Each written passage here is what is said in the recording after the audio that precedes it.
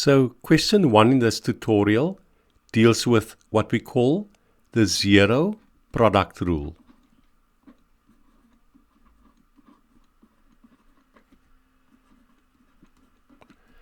What does the zero product rule say?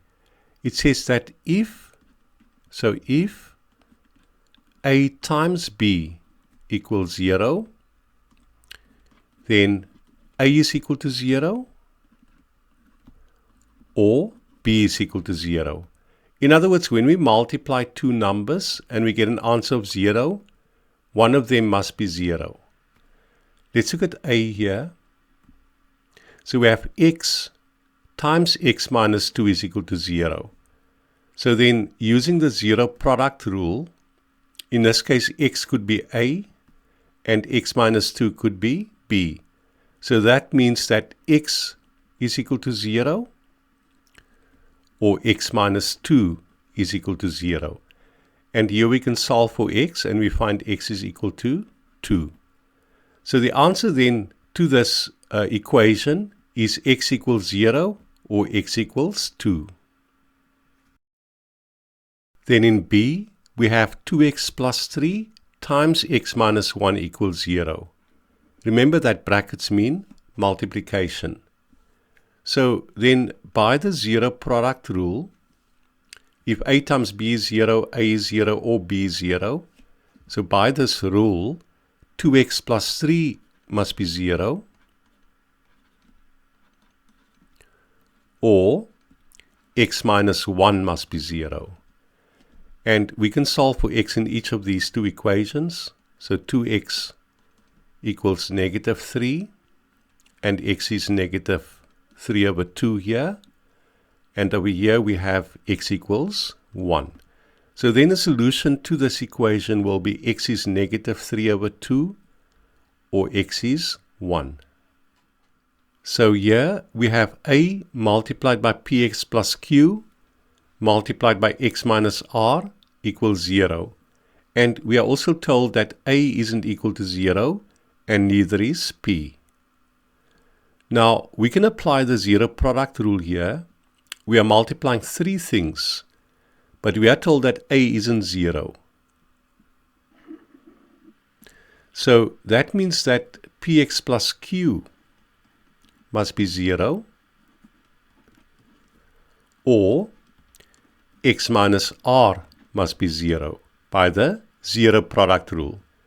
And we can solve for x in each of these equations. So px equals negative q and x is negative q over p. The reason why we can divide by the p here is because we are told that p isn't equal to 0. Remember that we can't divide by 0.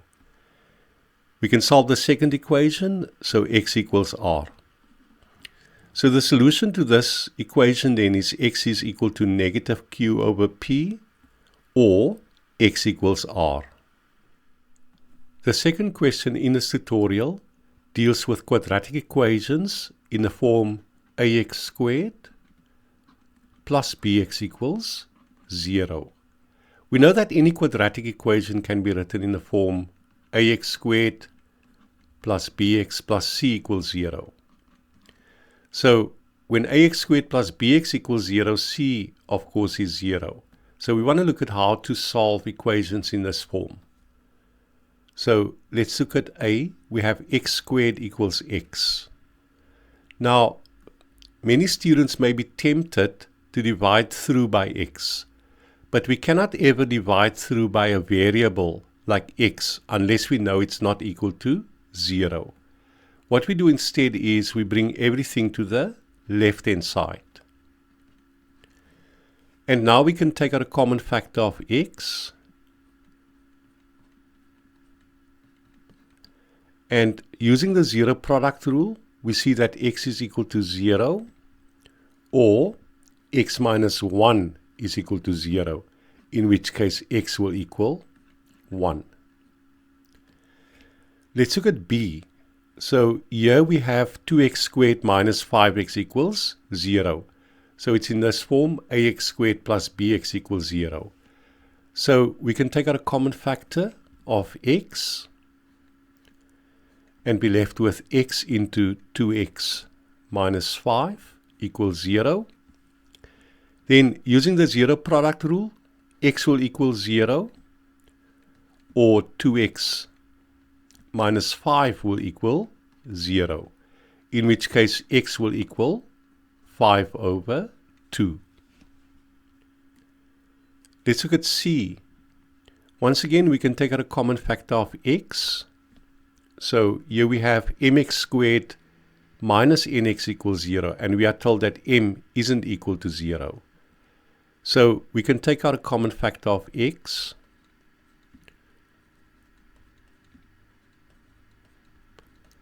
Then using the zero product rule, x will equal 0, or mx minus n equals 0. In the second equation here, we can solve for x. So x will equal n over m. Once again, we can divide by m because we are told that m isn't equal to 0. So here we have sine squared x minus sine x equals 0, where x is greater than or equal to 0 degrees, but less than or equal to 360 degrees. Now, if we look carefully at this equation, we see that it is in the form ax squared plus bx equals 0. Instead of an x, we have the sine of x, and of course a is equal to 1, and b here is equal to negative 1. So we can proceed and take out a common factor. So we can take out the sine of x. So we get the sine of x into the sine of x minus 1 equals 0. And in using the zero product rule, the sine of x will equal 0, or the sine of x will equal 1. We need to solve for x in these two equations. Now, the quickest way of doing this is to draw a sine graph. So just a rough sketch of a sine graph. And of course, we'll have 0 here, 90, 180 degrees, 270 degrees, and 360 degrees. Let's first look at this equation. The sine of x equals 0. So where's the sine graph equal to 0? It's 0, at 180 degrees, and at 360 degrees. Where's the sine of x equal to 1? At 90 degrees, it's equal to 1. So this will also be a solution. So now we can write down the set of solutions. So then x will equal 0, 90, 180, and 360 degrees. Then question 3 in this tutorial deals with solving quadratic equations in a form ax squared plus c equals 0. In other words, quadratic equations in which b is equal to 0. So we only have a term in x squared and a constant. We don't have a term in x. Let's look at a here. We have y squared equals 4. Now, there's more than one way in which you can solve this equation. Let's look at both ways. We can simply take the square root on the other side. So the square root of 4. But of course, then we have to write plus or minus. So whenever we take a square root on the right-hand side of an equation, it will be plus or minus. So in this case, y is equal to plus or minus 2. Let's look at method 2. We can bring the 4 to the left-hand side. And now we have a difference of squares on the left-hand side. So it's going to be y minus 2 times y plus 2. Using the zero product rule, we find that y minus 2 is 0, or y plus 2 is 0, and hence y is equal to 2, or y is equal to -2. This, of course, is a much quicker way of doing it, but you'll see later that using a difference of squares will become quite important when we look at quadratic inequalities. Then in question 3b, we have x squared minus 1 equals 0. Now, we're just going to use a quick method here. So we can take the -1 to the right-hand side. It becomes +1. And now we can take the square root on the right-hand side. So plus or minus the square root of 1, which of course is plus or minus 1. Let's look at C here. Once again, we can just use the quick method.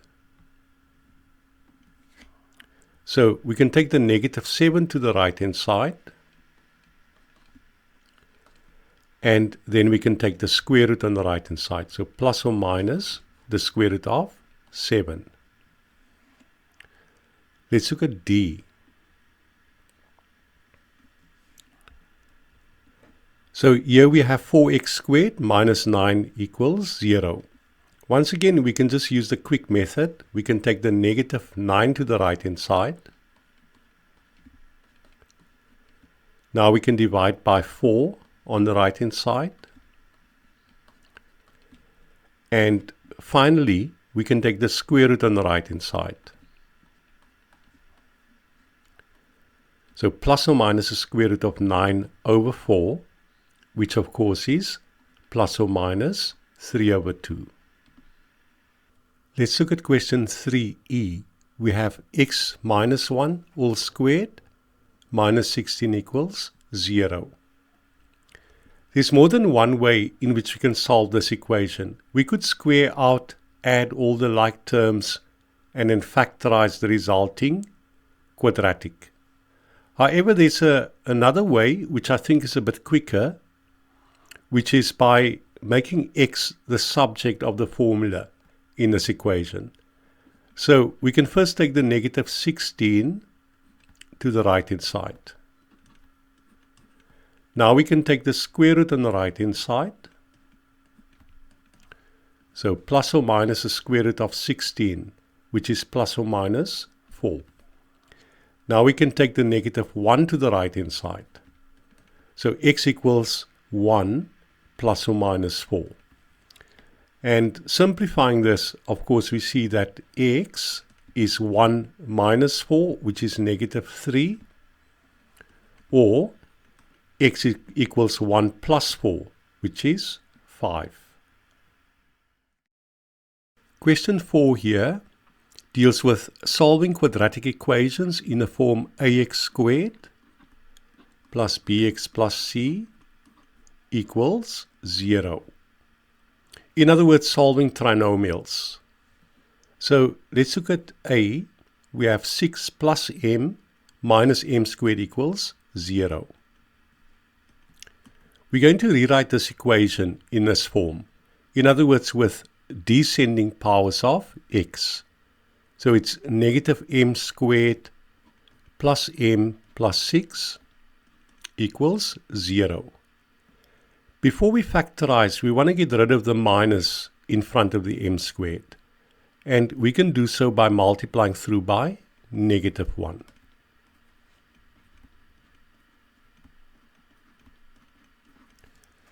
Now we can factorize. Now, when a is 1, in this case a is 1, it's quite easy to factorize a trinomial. So we have two sets of brackets. M times m is m squared. Now we look at the factors of 6. Of course, it's 1 and 6, and 2 and 3. We want a middle term of -1, or -1m. 1 and 6 can never give us -1, whether we add or subtract. 2 and 3 can give us -1 if we make the 3 negative and the 2 positive. +2 minus 3 is -1. So we can fill in +2 and -3 here. Now we use the zero product rule. So m plus 2 is 0, or m minus 3 is 0. And solving for m is negative 2, or m is 3. So we have x into x plus 2 equals 15. We can first multiply out the brackets. So x squared plus 2x. And we can bring the 15 to the left-hand side. So minus 15 equals 0. Once again, the x squared coefficient is 1. So we can just use factorization to solve this equation with. So we're going to have brackets. X times x will give us x squared. Now we look at the factors of 15. It's 1 and 15 and 3 and 5. 1 and 15 can never give us positive 2. So we look at the middle term here. We want positive 2x. So 1 and 15 cannot give us 2 whether we add or subtract. 3 and 5 can give us positive 2 if the 5 is positive and the 3 is negative. So we fill this in.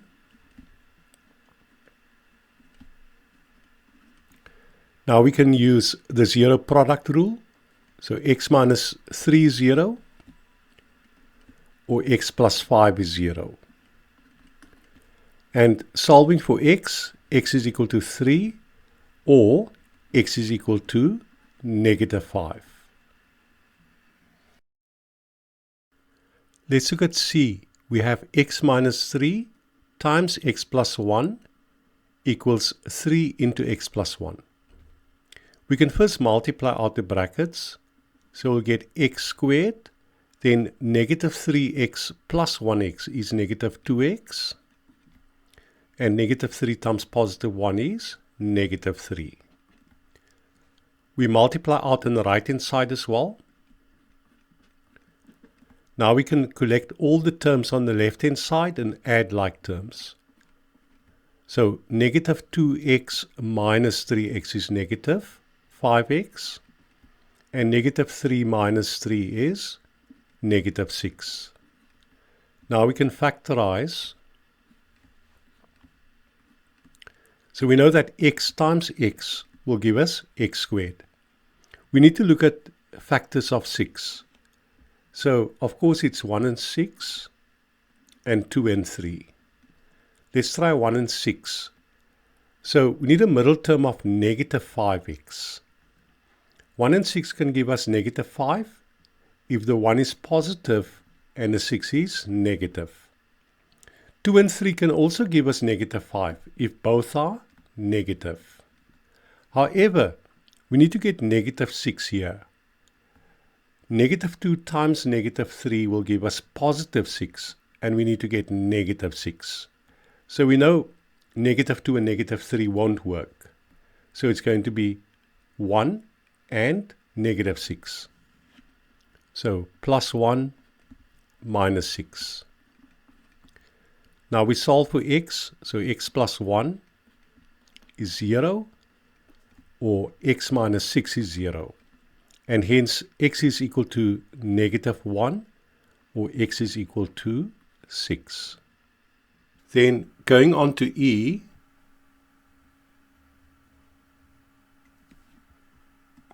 we have p plus 2 equals 3 over p. So here we have a fraction in the equation. We can first get rid of the fraction by multiplying through by the LCD, which in this case is p. So we multiply through by p to get p squared plus 2p equals, and on the right hand side here, the p's will cancel. So equals 3. We can bring everything to the left hand side. Now we can factorize. So p times p will give us p squared. The only factors of 3 will be 3 and 1. We need a middle term of positive 2p. So the plus will go with a 3 and a minus with a 1. Because positive 3p minus p will give us positive 2p. Then solving for p plus 3 is 0, or p minus 1 is 0. And p is equal to negative 3, or p is equal to positive 1.